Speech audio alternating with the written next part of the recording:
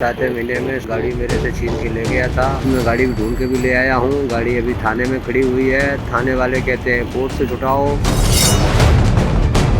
कोई भी सुनवाई नहीं हो रही है, न तो मुलजिम को लेके आ रहे हैं। मैं गरीब आदमी हूँ, परेशान हूँ। बाबूजी मेरी कुछ दया करो।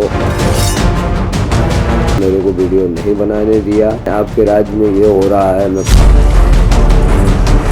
मेरे खाने पीने की व्यवस्था खराब हो रही है। मैं रोड पर सोता हूँ। सर्दी का टाइम आ गया है। मैं कहीं मरा गया तो मेरा क्या हाल होगा, मेरे बच्चों का क्या होगा।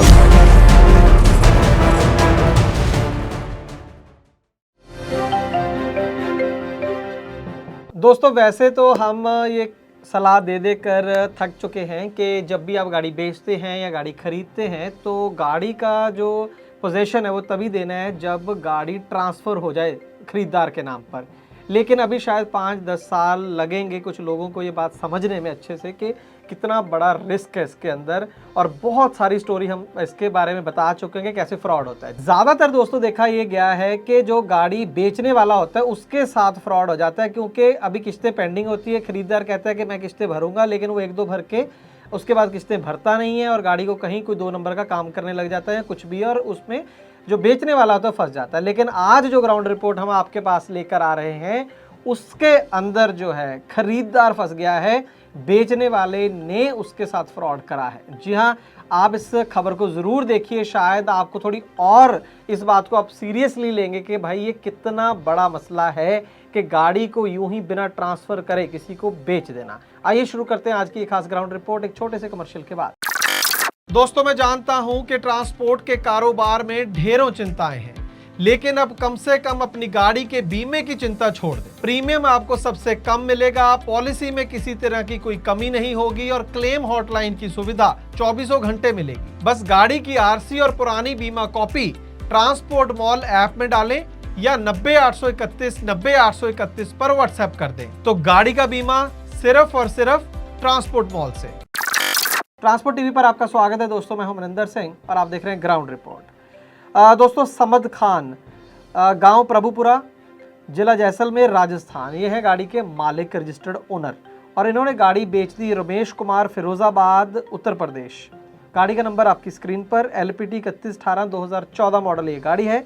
8/10/2015, आज से लगभग 7 साल पहले की ये बात है। 21 लाख रुपए की ये गाड़ी बेची गई, जिसमें 51,000 रुपये सिर्फ कैश दिया गया था। बाकी की किस्तें थी 41 किस्तें थी। 50,000 रुपये की एक किस्त थी जो चोलामंडलम से फाइनेंस थी ये गाड़ी, और 20,50,000 रुपये कुल पेंडिंग था। तो बात ये हुई कि तुम 41 किस्तें भर दो, उसके बाद मैं तुम्हें NOC लेकर दे दूंगा और फिर तुम गाड़ी अपने नाम पर ट्रांसफ़र करवा लेना। और इसके अंदर 2019 तक बिल्कुल लगातार रमेश कुमार जो थे वो अपनी किस्तें भरते रहे, और 2019 में उन्होंने पूरा लोन जो था वो चुकता कर दिया। और इसके बाद जो रजिस्टर्ड ओनर था समद खान, उससे रमेश कुमार ने रिक्वेस्ट करी कि ले भाई अब तेरा पूरा लोन मैंने चुकता कर दिया, अब जो है NOC दे दे और मैं गाड़ी अपने नाम पर ट्रांसफ़र करवा लूँ। तो यहाँ पर जो है वो समद खान मना कर देता है NOC देने से और 2 लाख रुपए की मांग करता है। ये दावा है रमेश जी का जिन्होंने गाड़ी खरीदी। वो कह रहे हैं कि 2 लाख रुपए दे तब मैं तुझे NOC दूंगा। अब आप रमेश की जगह होके देखिए कि 20-21 लाख रुपए भर दिया इतनी मेहनत से 4-5 साल, और गाड़ी अपने नाम है नहीं। गाड़ी तो समद खान के नाम है जिसने गाड़ी बेची थी, और ये लोन चुकता कर दिया इतना। और आज की डेट में मिन्नतें करने के अलावा कोई रास्ता नहीं बचा कि भाई गाड़ी मेरे नाम पर ट्रांसफ़र कर दे। आप ये सिचुएशन से हम आपको बचाना चाहते हैं बतौर ट्रांसपोर्ट टीवी के। ये सिचुएशन देखिए, हर बंदा बुरा नहीं है जो गाड़ी खरीद बेच रहा, लेकिन पता नहीं चलता है। तो ये हुआ इनके साथ। अब आगे की कहानी सुनिए कि उसके बाद क्या हुआ। इसके बाद रमेश जब उसे लगा कि यार कोर्ट कचहरी कौन करेगा, तो वो 50,000 रुपये देने को तैयार हो गया कि ठीक है तो गलत ही, लेकिन चल ठीक है 2 लाख की जगह मैं तुझे 50,000 रुपये देता हूँ, तो NOC दे दे। लेकिन उसने 50,000 रुपये लेने से भी मना कर दिया और NOC देने से भी मना कर दिया। इसके ऊपर जो फिर रमेश था उसके पास एक ही चारा था, वो RTO गया, पूरी कहानी बताई और गाड़ी को ब्लैक लिस्ट करवा दिया कि कहीं ऐसा ना हो कि अब गाड़ी तो टेक्निकली मेरी है कि मैं पूरा उसका पैसे दे चुका हूँ, लेकिन नाम तो उसी के है समद खान के, तो कहीं और किसी को गाड़ी ना बेच दे तो और काम पेचीदा हो जाएगा। तो उसने गाड़ी को ब्लैक लिस्ट करवा दिया और ब्लैक लिस्ट गाड़ी हो भी गई।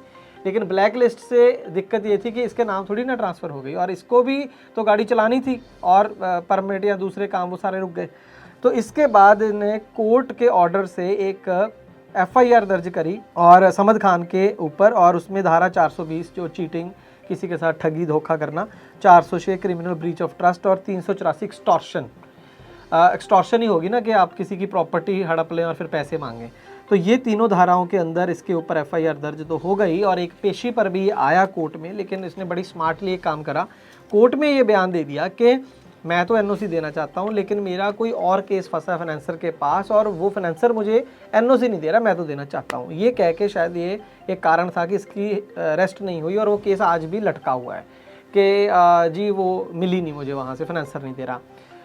लेकिन हमारी टीम ने जो ऑनलाइन चेक करा है तो वहाँ पर लिखा आ रहा है कि एनओसी इशूड, इस गाड़ी की एनओसी जारी हो चुकी है।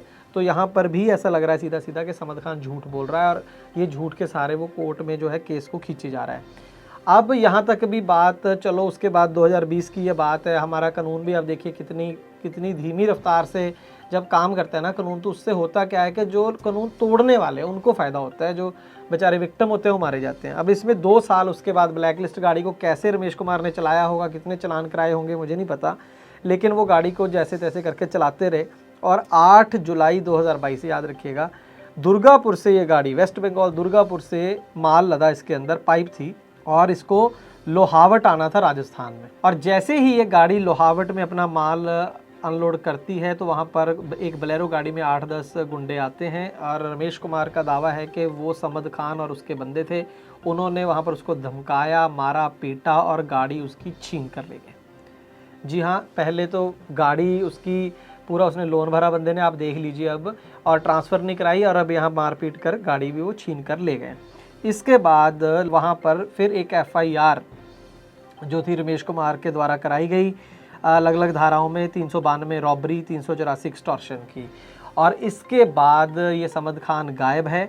जुलाई की ये घटना है, 4-5 महीने फिर से हो गए हैं और अभी तक इसको पुलिस ने ना पहले केस में और ना दूसरे केस में कुछ खास कार्रवाई करी और अभी भी इसको हिरासत में नहीं लिया गया। ये जुलाई की घटना है, उसके बाद ये एफआईआर हुई है 5 अगस्त 2022 को। अगस्त से भी आप नवंबर लगा लीजिए, अगेन 3 महीने हो गए, अभी तक कुछ नहीं हुआ है। तो ये सब होने के बाद भी जैसे मैंने कहा कि पुलिस ने जब कुछ नहीं करा तो खुद जिसके पैसे लगे हैं, जिसका खून पसीना लगा है, उसी को चिंता है। तो उस बंदे ने खुद, रमेश कुमार ने, अपनी गाड़ी ढूंढ ली और वो गाड़ी मिथौड़ में खड़ी थी और वहाँ पर पुलिस वालों को लेकर गया, रेड करवाई, गाड़ी पकड़वाई। गाड़ी वही थी, आप पिक्चर्स देख सकते हैं। पहली जो पिक्चर है ये ओरिजिनल है जब इसके पास थी, रमेश कुमार के पास गाड़ी, और दूसरी पिक्चर वो है जब वो अभी पकड़ ली गई है। सेम गाड़ी है लेकिन नंबर प्लेट जब देखी तो बदल दी गई, मणिपुर का नंबर लगा था और चेसी जो थी, चेसी नंबर भी बदल दिया गया। पहला आधा चेसी नंबर सेम है, पीछे का बदल दिया गया। तो इसके बाद ये गाड़ी पुलिस स्टेशन आ गई। अब यहाँ पर पहले तो पहुँचते हैं समद खान के बंदे गाड़ी छुड़वाने, जिनको पुलिस वालों ने ये कहा कि भाई अगर आपकी गाड़ी है मणिपुर नंबर की तो लाओ, उसकी आरसी वगैरह दिखाओ कहाँ है। तो वो नहीं दिखा पाए और गाड़ी उनको नहीं दी पुलिस वालों ने। जब रमेश कुमार वहाँ पर पहुँचे कि सर ये तो मैंने गाड़ी पकड़वाई है, मेरी गाड़ी, आप चेक कर लीजिए, सब कुछ ये है कहानी, तो मुझे दे दीजिए, तो उसको भी गाड़ी नहीं दी। रमेश कुमार को बोला कि ये केस जो है वो कोर्ट के अंदर है और जब तक कोर्ट ऑर्डर नहीं करेगा हम आपको गाड़ी नहीं दे सकते हैं। तो ये अब रमेश, आज की स्थिति ये है कि गाड़ी वहीं पर खड़ी खड़ी सड़ रही है और अभी कोर्ट में ये केस आगे चलना है। फिर वो महीना लगे, 5 महीने लगे, कब कोर्ट ऑर्डर करेगी, क्या प्रोसीजर है वो सारा फॉलो होगा, फिर जाके इनको ये गाड़ी मिलेगी, फिर शायद कब जाके ये गाड़ी ट्रांसफ़र होगी वो केस अलग चल रहा है। अभी वहाँ पर कोर्ट ऑर्डर करेगी कि भाई इसके नाम कराओ, तो मुझे लग रहा है ले दे के 6 महीना साल तो कहीं नहीं गया। गाड़ी पहले मिल जाए तो बंदा चलो गाड़ी चला सकता है, यही बड़ी बात है। लेकिन आप देखिए कि इतने में गाड़ी पुरानी हो जाएगी, डेप्रिसिएशन है, उसका लोन कौन उतारेगा, सारी तमाम समस्याएं अलग से हैं। तो ये सब आप समझते हैं जो भी इस कारोबार में है। इसीलिए भाइयों की तरह आप लोगों को रिक्वेस्ट है, देखिए मेरी तो कोई गाड़ी है नहीं, लेकिन दुख होता है जब इस तरीके से गलत फैसले लेकर आप इतनी मेहनत से करा हुआ अपना पूरा कारोबार खड़ा किया हुआ इस तरीके से बर्बाद जब हो जाता है तो अच्छा नहीं लगता है। तो इसको, ये मैं समझता हूँ, कई लोग कहते हैं कि आपको नहीं जी पता गाड़ियाँ बेचनी खरीदनी कितनी मुश्किल है, लोन होता है तो लोन का क्या करें, कैसे भर दें 1 मिनट में। तो उसका सोल्यूशन मैंने पहले भी बताया था कि लोन ट्रांसफ़र होते हैं। ट्रांसफ़र नहीं होता, असल में क्या होता है कि मान लीजिए गाड़ी बेचनी है आपको, लोन खड़ा है, आप खरीदार को बुलाओ तो वो भी 1 दिन में नहीं भर सकता, आप भी 1 दिन में नहीं भर सकता। आप अपनी बैंक के पास ले जाओ खरीदार को, बैंक को बोलो कि जी इसका असेसमेंट करके बताओ कि मेरा लोन ख़त्म करके इसका लोन करते हो आप। अगर तो वो कर देंगे तो आपका बंद हो जाएगा, उसी दिन से उसका नया शुरू हो जाएगा और गाड़ी उसके नाम ट्रांसफ़र करा दो, टेंशन उसकी है, वो अपने आप किस्तें भरते रहेगा। और अगर फाइनेंस कंपनी मना कर देती है उसके नाम पर ट्रांसफ़र करने को कि भाई उसकी क्रेडिबिलिटी नहीं बनती इतनी, तो फिर आप क्यों रिस्क ले रहे हो? जब कंपनी नहीं देना चाहती उसको फाइनेंस, तो फिर गाड़ी मालिक क्यों देता है? और यही लागू होती है गाड़ी खरीदार के ऊपर। तो खरीदार और बेचने वाले दोनों के लिए ये सही है कि पहले ही दिन गाड़ी ट्रांसफ़र हो जाए, उसके बाद ही पोजेसन गाड़ी का लिया जाए। बाकी बिज़नेस आपका और आपको फैसला करना है। अगर हम उम्मीद करते हैं कि ये जानकारी आपके लिए कभी ना कभी लाभकारी साबित होगी। आप हमारी राय मानेंगे, कमेंट सेक्शन में ज़रूर बताइएगा। और हमारा काम अच्छा लगता है तो फिर वीडियोस को ज़्यादा से ज़्यादा एक ड्यूटी समझ के, एक प्यार समझ के आप शेयर कर दीजिए और सारे वीडियोस को तमाम और लाइक कर दीजिए और कमेंट भी ज़रूर कीजिए। ट्रांसपोर्ट टीवी देखने के लिए बहुत बहुत शुक्रिया। आपकी गाड़ी खाली नहीं हो रही और आपको हॉल्टिंग चार्ज भी नहीं दिया जा रहा, या फिर आपसे डाले की मांग हो रही है, या फिर आपको भाड़ा ही नहीं दिया जा रहा, आरटीओ और टोल अधिकारी आपको जीवीडब्ल्यू पर 5% की छूट नहीं दे रहे, या फिर आपका फाइनेंसर गलत तरीके से आपकी गाड़ी पकड़ कर ले गया। अगर आपको ऐसी कोई भी समस्या आ रही है तो आप हमसे हेल्पलाइन के ऊपर संपर्क कर सकते हैं, जिसके लिए आपको डाउनलोड करनी होगी ट्रांसपोर्ट मॉल ऐप।